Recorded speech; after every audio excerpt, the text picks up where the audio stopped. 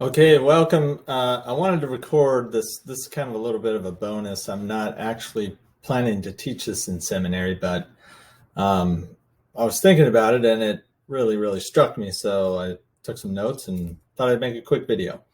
It's about Lucifer as the bearer of light. And what's interesting is it's all discussed in Isaiah chapter 14. And I'm just going to share basically two sections of scripture. These are very famous verses, but it's actually talking about the king of Babylon. It's not directly referring to Satan, although it definitely applies to Satan. So the scriptures say, "You've fallen, and you were a son of the morning." You said in your heart, "You will ascend into heaven, exalt the throne above God, and sit upon the mount of the congregation, ascend above the heights of the clouds, and be like the Most High."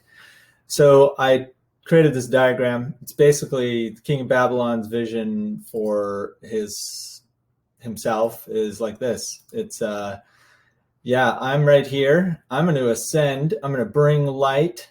I'm going to be like a God. I'm going to carry light up above the heavens, and I'm going to sit on the throne and be like God. And all these kings and God himself are going to be below me because I'm the one who's bringing the light. So that's the idea. It's essentially pride. But what's interesting is the next few verses describe the reality of the pattern. And I keep seeing this in Isaiah over and over and over.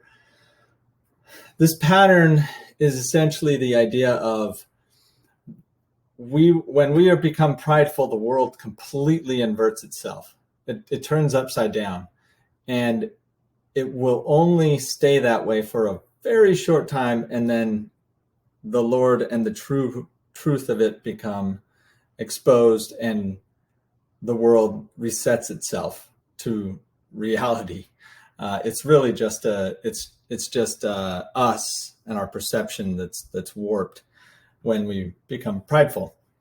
So this is the fundamental pattern of pride, and essentially it means, bringing light to others and ascending and becoming like God. And then this is what the Lord said in Isaiah actually happens. Well, you're going to be brought down to hell, to the sides of the pit, and they that see thee will narrowly look upon thee and consider, is this the man who made the earth tremble and did shake kingdoms? Is this the guy who thought he was all that? And all these other things which are really rough. Like you're going to be an abominable branch. There's going to be you're going to be a carcass that people trod over with their feet. So essentially, this is the vision or hallucination of pride when we have it. Oh, and that's the other point I want to make is this isn't just like Lucifer. This is me. This is us. This is what we do. We do this. This is the thing we do. And we as society are really good at thinking, well, we've got it figured out. We don't need God. We're above God. We've got science. We're now bearing the light that we really have no need for God anymore. That was what the old people did. All those old, dumb, ancient people that were so primitive. That's the temptation. And the reality, though, is the world sets itself in alignment to this. It's, no, God actually is at the top. And it even notes in the scripture that kings will look upon you and narrowly consider you. They'll be in their own houses, and they're not even going to think about you. And so they're basically going to be like, who's this guy? It's nobody. And the truth of it is, we descend into hell. Our pride drives us into it. It's not bearing light. It's not truth. It's the lie that we tell ourselves that we're bearing light, when in reality it's our own pride. And I put a little broken chair here instead of a throne. So that's the pattern. I just wanted to share that. I thought it was really interesting. Well, and I actually have there's another depth to this that I think is sometimes not touched on. I thought about this a little more. This is true at every basically set of hierarchies we'll have in life. So let's think about church example. In church, you have this hierarchy where you're a part of a group or a quorum, and you might be tempted to think, oh, I'm going to bring light and ascend above this person because they don't know what they're doing. And maybe they really don't. But the truth is, pride is what drives us into these thoughts. It takes a very humble person to be able to expose truth in a way that's not destructive. Pride doesn't do it. And it can happen at any layer here.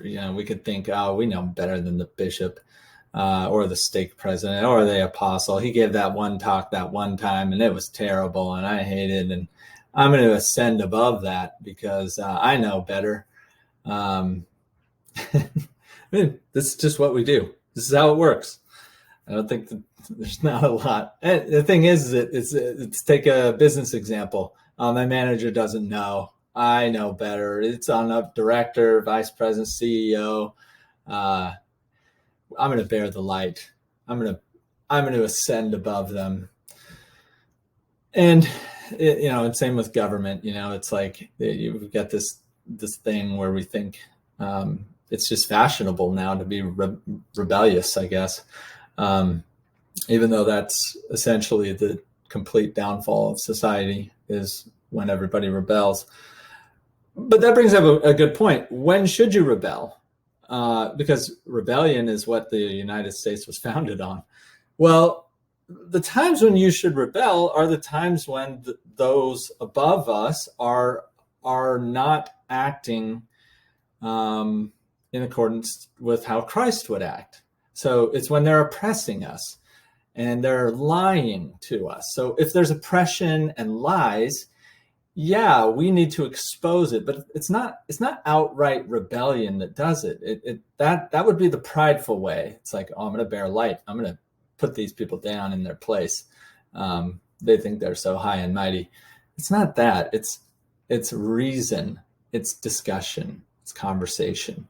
Exposing the lies, but not doing it in a destructive way, doing it in a constructive way. Obviously in some cases like the American Revolution, you can only talk so much, but before, if some people are just going to oppress, then you have to defend yourself and you have to expose the truth via force in some cases, but that's last resort. It should be conversation. That's how Christ did it. That was the pattern he did. So at any rate, I thought I'd share this. I thought it was interesting. And Isaiah has this pattern all throughout it. That's what I'm noticing. This is the pattern so far that I'm seeing in Isaiah. And in fact, I'll just even show this one little quick thing. I love this diagram that I've seen. I'm excited for chapter 24 through 27 because it talks about the lofty city, which is the prideful city destined for ruin, and then the New Jerusalem, which has God as their God, which is destined for heaven. So there we go. I just wanted to share that, and thank you, and take care. Bye.